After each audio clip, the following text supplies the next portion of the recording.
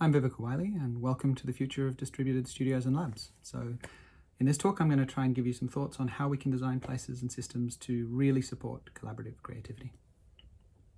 So first, here's how it works today. An invitation appears in your calendar to attend a meeting by video conference, and on the day, assuming everybody has the software set up okay, then you see all the participants popping up on your screen, and they're muting their microphones and having a little bit of social interaction, and then the meeting kicks off, and you're hopefully following an agenda, and someone will do a presentation and they're taking over all or most of the screen. Or perhaps you'll try and work on something together to actually collaborate, and that's where it gets tricky, right? Because the video conferencing software, it's going to have some whiteboarding tool, but it's no good. Nobody wants to use that. So the text chat's barely functional, but hopefully, well, most likely you're probably already using some functional, useful text chat like Slack. So somebody will go to the Slack and paste in a link to a decent whiteboarding tool, and you'll hit the link and you'll start collaborating in there. But somebody on the call won't be from your organization, so they won't get the Slack link, but someone will realize at some point and email it to them. But in the meantime, someone will start screen sharing so that they can see it at least.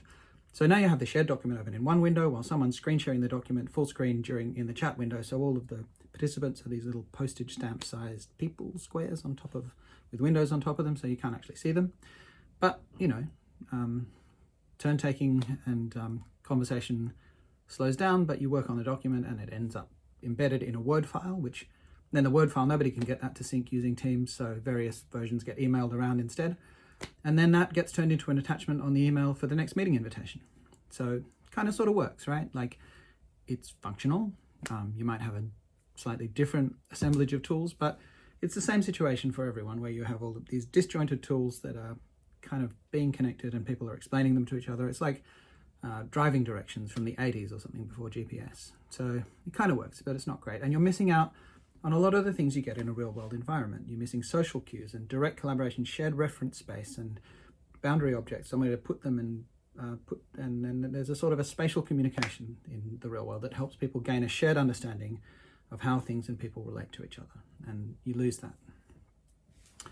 So there have been various attempts to fix this. I'll share the references in the notes to this talk. Here's the Dive Virtual Office from 1998, and then 10 years later, Immersive Workspaces from Linden Labs and Rivers Run Red, 2008.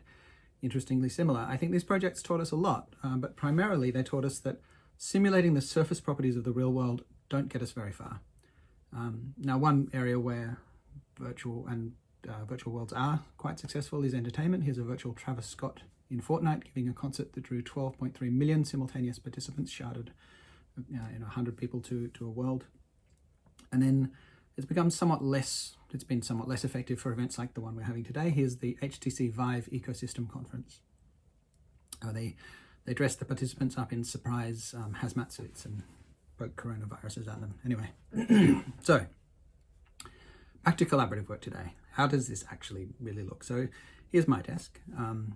Now, I wouldn't really be putting a video conference in the center screen like this. I'll usually use that for some kind of shared collaborative object. I'll use a tablet for whiteboarding, and I'll try and often use my phone for the video conferencing part. This is what Bill Buxton calls separating person space from task space, which can be very helpful, right?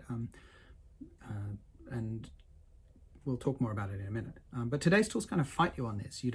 They won't let you share a screen from one login. They won't let you log in simultaneously from multiple devices often, particularly the video conferencing tools.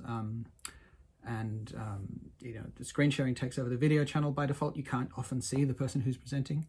Now, in a way, the whole idea of presentations, it's very virtual meeting room. It's not really very virtual workspace. So I've been thinking pretty hard about how this could be done better, and I found that the best ideas come from studying real places of collaborative creativity where it's been successful. So here, for example, is the studio of Jon Utzon in Hillevik, Denmark, during the design of the Sydney Opera House. So it's a beautiful light-filled space. To get a handle on it, I made some photogrammetric 3D reconstructions and turned it into a virtual environment to help me explore the space. You can see it's full of reconfigurable objects. These are things that the architect Simon Nicholson called loose parts, and it's inspiring. You see that gorgeous painting on the wall, that's Le Traceur by artist Fernand Léger. And also by going back to the kind of wealth of research that exists in this area. So here, for example, is the mother of all demos from 1968, where Doug Engelbart is introducing us to the whole computing paradigm that we use today. And I assume many of you have seen it. If you haven't, you must see it. And there's a 10 years later sequel as well. And there are many ideas in this thing that are barely realized still. And it kicks off with a mixed reality, live distributed work demonstration. And then here's the media space from Xerox PARC in 1986, where they were augmenting and extending their shared workspaces and their lovely common areas that they had there with analog video.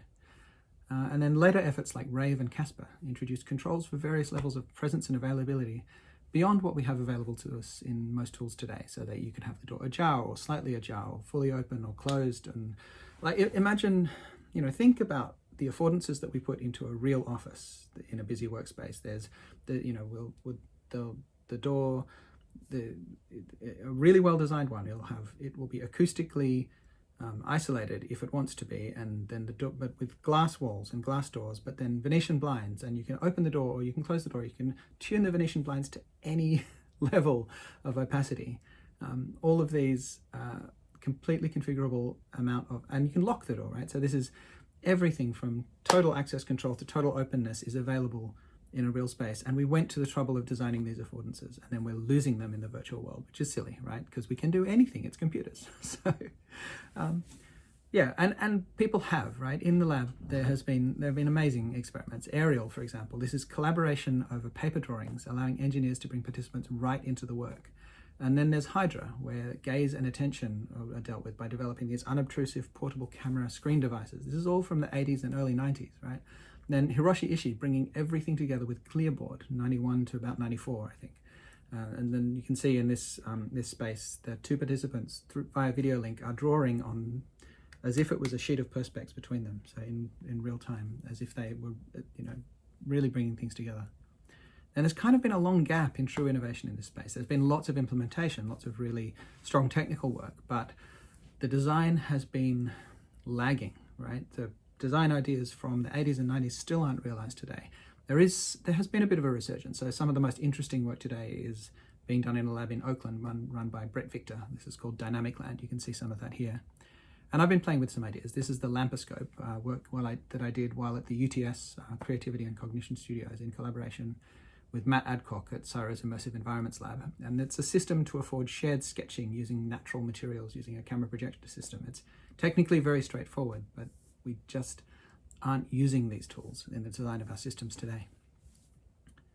So if we bring it all together, okay, we can imagine that quite small design interventions could vastly improve our current experience. First, right, instead of starting with meetings, we could consider starting with a shared reference space. So this is not just shared documents, but persistent and shared document spaces where you can see how other people see it, right? So there are things in arrangement with other things, and you have a view of the documents, and other people also have a view of the documents, which you can control, but that you can, people can control which documents are available, but then they can also see pervasively who can see what else and share a view of things. These the kind of groupware that we're using today is incredibly poor at this. Where it's as if we're setting access controls in hex, right? It's completely invisible half of the time, and people are coming at things from various different perspectives at once. Okay, so if we can have some shared reference spaces and shared document spaces, then we can embed the artifacts and people in those shared spaces, and then we can allow these personal communications to flow out to various devices. We all have a lot of screens. You can easily have one person to a screen. We can start building devices using cheap parts from the kind of the dividend of the smartphone revolution, right? This is all technically straightforward, but sort of not, right? Because also it's the seams that are hard. We have all of these different incompatible systems, and the seams between the systems and the seams between the virtual and real world are what are killing us here. So we need to be able to seamlessly bring real world objects into the shared virtual spaces, right? So there's my lamp. There we go. High resolution pervasive scanning is available to us we can have document cameras and depth cameras and computational photography. So you can see in this imaginary system here, there's a little lamposcope over here. You can fairly easily embed a document camera into with a camera projector system into a lamp. These and you can use pervasive cameras to scan the whole environment and let people get virtual objects into, or real objects into the virtual world and vice versa, right? So we should also prefer systems that are happy to be embedded in each other. That's to say transclusion, or at the very minimum properly support persistent hyperlinks. And any system that won't allow that is trying to provide everything at once, and I doubt that's going to happen. People are using many systems, and we need them to flow into each other. Okay, finally, if you're designing future systems, we need some design principles. So here are some that I've begun to test. The first one is mixed realities. I've just been talking about that. We need, in any fully immersive virtual environment, it's fantastic for entertainment, but you're having to create everything that's in the world. That's incredibly expensive when, a real pencil is right here and it's very powerful. And all of the objects in our real worlds are available to us. And so augmented and mixed reality are really superior technologies for collaborative work because they allow us to bring our real contexts in. So that's principle one. Number two is controlling access. That is surprisingly important. When I went to study how Pixar works, for example, they have a wall around the building and they have various levels of access control. The atrium is open to visitors, but then beyond the atrium, you have to go with a guide. All of these levels of access control are extremely important to them and counterintuitively allow them to build trust within the walls and people to share knowledge more easily. And there's many other things about how that space works that are interesting to talk about, but I'll leave them for another time. But controlling access is very important in making it people able to understand who can see what. It actually counterintuitively, it builds trust. Number three is to support reconfiguration according to the theory of loose parts, right? The more easily movable objects are, the more creativity is going to happen in that space.